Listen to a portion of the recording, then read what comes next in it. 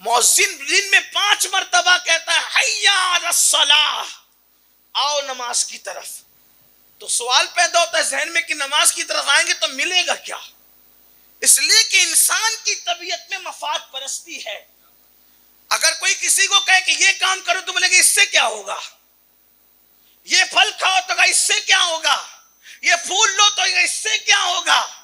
آپ کچھ بھی کریں، انسان کے اندر ایک بات ہوتی کہ اس سے ہونا کیا ہے.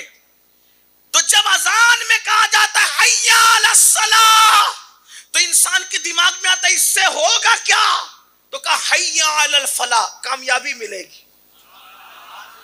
تو یہ جو مؤذن کھڑے ہو کے بول رہا حی علی الصلاۃ کے بعد حی علی الفلاح نماز پڑھے گا تو کامیابی ملے گی، یہ اپنے باپ کی بولی بول رہا ہے، یہ اپنے دادا کی بولی بول رہا ہے، یہ اپنے پردادا کی بولی بول رہا ہے. یہ بولی کس کی بول رہا ہے؟ تو یہ بولی محمد الرسول اللہ کی بول رہا ہے. اذان کے الفاظ کس نے دیے؟ حضور نے دیے. تو جب مولا کائنات کہنے کہ میں تلواروں کو نہیں دیکھ رہا تھا، میں تو رسول اللہ کے جملوں کو دیکھ رہا تھا. اب مسلمان کہتے ہیں کہ ہم کیا کریں کہ ہمیں کامیابی ملے. ہم کہتے ہیں پاگل ہو گئے ہو. اب کسی مولوی سے پوچھ رہے ہو کیا کرو گے تو کامیابی ملے گی، کسی مفکر سے پوچھ رہے ہو کہ کیا کریں گے تو کامیابی ملے گی، اب کسی خطیب سے پوچھ رہے ہو کہ کیا کریں گے تو کامیابی ملے گی. جب 1450 سال پہلے حضور علیہ السلام یہ متعین کر گئے حی علی الصلاۃ، نماز پڑھو، حی علی الفلاح، تمہیں کامیابی ملے گی. تو تم سیاسی حالات کیوں دیکھ رہے ہو؟ تم سماجی حالات کیوں دیکھ رہے ہو؟ جب حضور نے یہ متعین کر دیا حی علی الفلاح، نماز کی طرف انسان نہیں آتا. جس کے قدم نماز کی طرف بڑھتے ہیں اس کے قدم کامیابی کی طرف بڑھتے ہیں. اور یہ حی علی الفلاح کیا ہے؟ اللہ اکبر. ایمان تو لانے کی بات زبان سے کرتے ہو، ایمان کیسے لائے؟ جب نبی نے کہہ دیا حی علی الصلاح کے بعد حی علی الفلاح یقینی ہے، یعنی تمہارے قدم مسجد کی طرف نہیں چل رہے ہیں. اگر تم مسجد کی طرف جا رہے ہو تو حی علی الفلاح کی طرف جا رہے ہو. اور فلاح عربی زبان کا وہ جامع ترین الفاظ ہے حی علی الفلاح.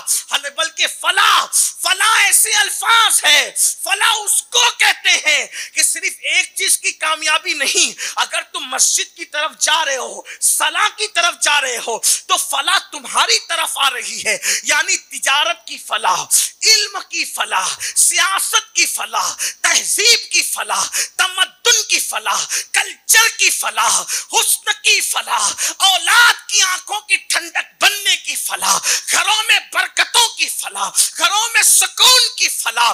بلکہ صرف گھر کے اندر کی فلاح نہیں، قبر کے اندر کی فلاح، میدان محشر کی فلاح، جنت کی فلاح، اللہ کے دیدار کی فلاح، مصطفیٰ جان رحمت کے قرب کی فلاح. لیکن کوئی نبی کے جملوں پہ یقین کرنے والا علی کی طرح پیدا تو ہو. لوگ کہتے ماحول خراب ہے. میں نے کہا ماحول سے ڈرنا کیا ہے؟ جب نبی نے کہہ دیا تو صلاح کی طرف آ، فلاح تیری طرف آئے گی. تو مسلمان پریشان کیوں؟ لوگ کہتے مولانا کوئی ایسا لاہ عمل دیجئے جس سے قوم ترقی کرے. میں نے کہا کون لاہ عمل دے گا؟ حضور تو دے چکے، آقا تو دے چکے، استعمال کون کر رہے؟ بات اتنی ہے کہ لوگوں کو خطیب کی بات پہ یقین ہے، لوگوں کو مصطفیٰ جان رحمت کی بات پہ کتنا ہے؟ وہ یقین پیدا کرو. الذین آمنو، غم ختم ہوں گے. کوئی یقین تو پیدا کرے. آپ کہیں گے غوث پاک کی کامیابی کا راز کیا ہے؟ صلاح. امام حسین کی کامیابی کا راز کیا ہے؟ صلاح. غریب نواز کی کامیابی کا راز کیا ہے؟ صلاح.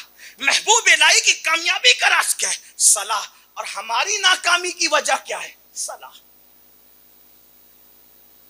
ہم ناکام کیوں ہیں؟ مسجدیں خوبصورت ہو گئی، نمازی نہیں ہے. 2 کروڑ کے مینار بن رہے، نمازی نہیں ہے. مسجدیں ویران ہیں، اسی لیے مسلمان ناکام ہے. ایک بار مسلمان نمازی بن کر دیں گے، کیونکہ نبی نے فرمایا صلاح صلاح کی طرف آؤ گے تو فلاح تمہاری طرف. اور نبی کی بات اور خدا کی بات الگ نہیں ہوتی. ادھر نبی نے کہا نا صلاح کی طرف آؤ گے تو فلاح ملے گی, ادھر خدا نے بھی فرمایا قد افلح من تزکا وذکر اسم ربہ فصلی, وہ کامیاب ہو گئے جنہوں نے اپنے دلوں کو پاک کر کے نمازی بن گئے. دوسرے مقام پہ اللہ فرماتا ہے قد افلح المؤمنون الذین هم فی صلاتهم خاشعون, وہ مومن کامیاب ہو گئے جو ڈرتے ہوئے گڑگڑاتے ہوئے اللہ کی بارگاہ میں نماز ادا کرتے. ہماری کامیابی کی کنجی کو نماز کہتے ہیں اور ہم نماز سے دور ہیں. جلسہ سننے کے لیے ہزاروں کا مجمع اکٹھا ہو رہا ہے, ہمیں اس پر کوئی خوشی نہیں ہے.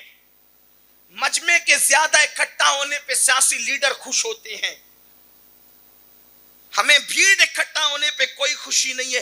اس دن ہمیں خوشی ہوگی جتنی بڑی تعداد میں یہ قوم جو سننے کے لیے جمع ہو رہی ہے اتنی ہی بڑی تعداد میں عمل کرنے کے لیے جمع ہو جائے. اس لیے کہ یہ قیامت کی نشانیوں میں سے ایک نشانی ہے. اللہ کے رسول صلی اللہ علیہ وآلہ وسلم نے فرمایا قیامت کے قریب ایک دور وہ آئے گا جب لوگ دین کی باتیں رسمی طور پہ کریں گے, دین کی باتیں دلوں کو بہلانے کے لیے کریں گے, ان کے اندر دین کا کوئی جذبہ نہیں ہوگا. میرے پیارے آقا صلی اللہ علیہ وسلم کے دیوانوں اور میری قوم کے جوانوں, مجھے بتاؤ آپ اپنی کامیابی کے لیے کس کس کے دروازے پہ دستک دیتے ہو؟ لیکن اللہ کے رسول نے تو ہمیں ایک چوکھٹ بتا دی کامیابی کے لیے. کتنی مختصر سی بات ہے نا کہ صلاح کی طرف تم آؤ فلاح تمہیں مل جائے گی. اور پھر حیرت انگیز بات یہ ہے کہ اذان کا اصل پیغام یہی دو ہے. اذان کا مقصد ہے نماز کی دعوت دینا, ٹھیک, اذان کا مقصد نماز کی دعوت دینا, یہی دو الفاظ ہے حی علی الصلاۃ. اصل اذان کے الفاظ یہی ہے. تو یہ شروع میں کیا ہے؟ پھر شروع میں کیا ہے؟ دراصل جب کوئی کسی بات کا اعلان کرتا ہے, اعلان, تو پوچھا جاتا ہے یہ اعلان کس کی طرف سے ہے.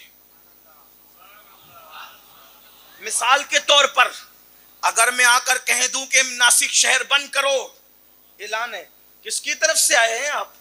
میں کہوں گا کہ وہ فلاں اجو آدمی ہے نا اس کی طرف سے. کہا کیا پاگل ہو گئے, یہ کون ہے, کون سی کھیت کی مولی, نکل یہاں سے. ٹھیک, ہم شہر بند کر دیں کسی اجو کے کہنے میں؟ کون ہے یہ اجو, ہم نہیں جانتے. خطیب شہر نے فرمایا شہر بند کر دو. ہاں اب بات سمجھ میں آ گئی. آصف الدین جیلانی صاحب نے فرمایا شہر بند کر دو, بات سنیے. حافظ سمیر صاحب نے فرمایا بند کر دو, سمجھ میں آ گئی. بڑے نام ہیں. حاجی مبین صاحب نے فرمایا, حاجی ارشاد صاحب, بڑے نام لیتے جائے لوگ آپ کی بات پہ یقین کرتے جائیں. صحیح, بات جتنی بڑی ہوگی حوالہ اتنا بڑا پوچھا جائے گا. اب لوگوں کو بلایا جا رہا ہے سر جھکانے کے لیے. حی علی الصلاۃ, اصل پیغام یہی ہے. تو لوگ پوچھ سکتے تھے نا یہ جو کھڑا ہوا ہے تو کس کی طرف سے اعلان کر رہا ہے؟ تو مؤذن کے لیے کہا گیا بول پہلے اللہ اکبر, اللہ اکبر, اللہ سب سے بڑا ہے, اللہ سب سے بڑا ہے, سب سے بڑا وہ ہے, اس سے بڑا کوئی نہیں ہے. اللہ اکبر,